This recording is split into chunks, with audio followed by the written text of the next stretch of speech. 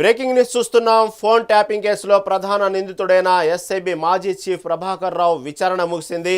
SIT అధికారులు ఆయనను దాదాపు 8 గంటల పాటు విచారించారు. ప్రభాకర్ రావుపై డీసీపీ విజయ్, ఏసీపీ వెంకటగిరి ప్రశ్నల వర్షం కురిపించారు. ఈ కేసులో ఇప్పటి వరకు సేకరించిన ఆధారాలను ఆయన ముందు ఉంచి ప్రశ్నించినట్లు తెలుస్తోంది.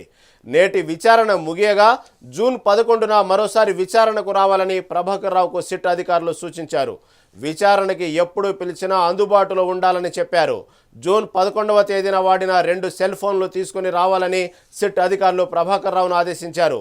గత సాధారణ ఎన్నికలతో పాటు ఉప ఎన్నికల సమయంలో వాడిన సెల్ ఫోన్లు ఇవ్వాలని కోరారు.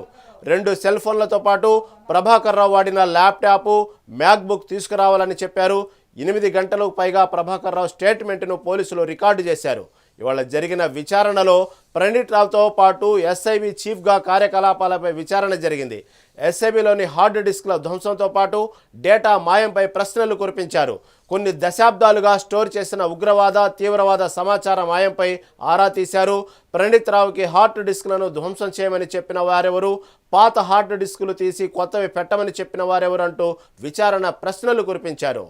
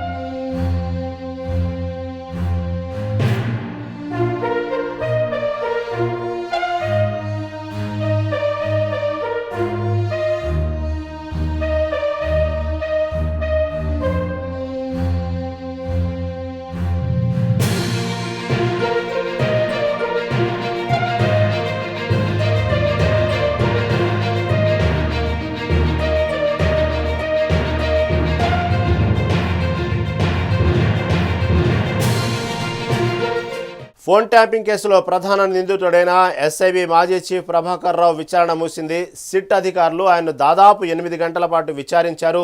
ప్రభాకర్ రావుపై డీసీపీ విజయ్, ఏసీపీ వెంకటగిరి ప్రశ్నల వర్షం కురిపించారు.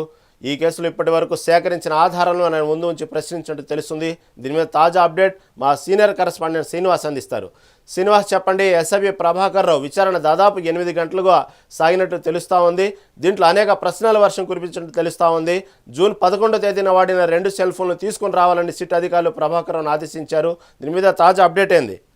రహీం, ఫోన్ ట్యాపింగ్ కేసులో ప్రధాన నిందితుడిగా ఉన్నటువంటి ప్రభాకర్ రావును నిన్న 8 గంటల పాటు విచారించారు. అయితే డీసీపీ విజయ్ కుమార్, అదేవిధంగా ఏసీపీ వెంకటగిరి ఆధ్వర్యంలో కూడా ఈ విచారణ కొనసాగింది. అయితే ఈ నేపథ్యంలో కూడా 8 గంటల సమయంలో కూడా ప్రభాకర్ రావుని కొన్ని కీలకంగా ప్రశ్నలు వేశారని చెప్పొచ్చు. కానీ ప్రభాకర్ రావు వాటికి సమాధానం చెప్పకుండా దాటవేశారని కూడా తెలిసింది. సో ఈ నేపథ్యంలో కూడా ప్రభాకర్ రావుని రేపు మరొకసారి విచారణకు రావాలని కూడా ప్రభాకర్ రావుకు ఏదైతే ఈ సిట్ బృందం ఆదేశాలు జారీ చేసింది. ప్రధానంగా ప్రభాకర్ రావు స్టేట్మెంట్ ని కూడా రికార్డ్ చేశారు. ఈ నేపథ్యంలో కూడా ఏదైతే సిట్ అధికారులు వేసినటువంటి ప్రశ్నలకు ఈయన ఎదురు ప్రశ్నలు వేయడం, సరైన సమాధానం చెప్పలేదని కూడా తెలిసింది. సో ఈ క్రమంలో కూడా ప్రభాకర్ రావు నేను ఫోన్ ట్యాపింగ్ చేయాలని ఎవరికి ఆదేశాలు ఇవ్వలేదని అని కూడా చెప్పడం జరిగింది. ట్యాపింగ్ చేయాలని ఆదేశించినట్టు ఆధారాలతో చూపించాలని కూడా చెప్పారు. అయితే దీనికి సంబంధించి ట్యాపింగ్ సంబంధించి ఒక కమిటీ ఉంటుంది. ఆ కమిటీలో నేను సభ్యుని కాదు.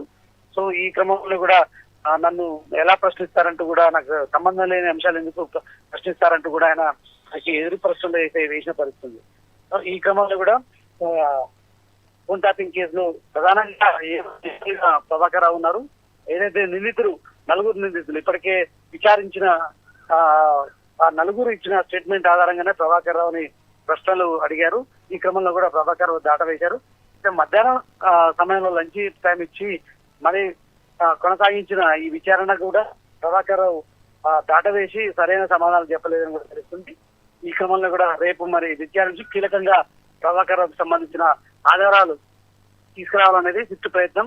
అయితే అంటే గత బీఆర్ఎస్ ప్రభుత్వంలో జరిగినటువంటి ఫోన్ ట్యాపింగ్ వ్యవహారం అంతా ప్రభాకర్ రావు కనసంబంధం కూడా జరిగిందని కూడా అభియోగాలు నమోదయ్యాయి. ఈ క్రమంలో కూడా మరి ఎవరు ఫోన్ ట్యాపింగ్ చేయమంటే చేశారు అనే అంశాలను ప్రధానంగా రేపు అడిగి వారికి సంబంధించి ఇటు ఇప్పటికే రాజకీయ ప్రముఖులు కావచ్చు, అదేవిధంగా సినీ ప్రముఖులు, ఉన్నతాధికారుల ఫోన్లు ట్యాపింగ్ జరిగిన నేపథ్యంలో కూడా ఎవరు చేయమంటే చేశారనే వాటి మీద ప్రభాకర్ రావు అనే ప్రశ్నల వర్షం కురిపిస్తారు.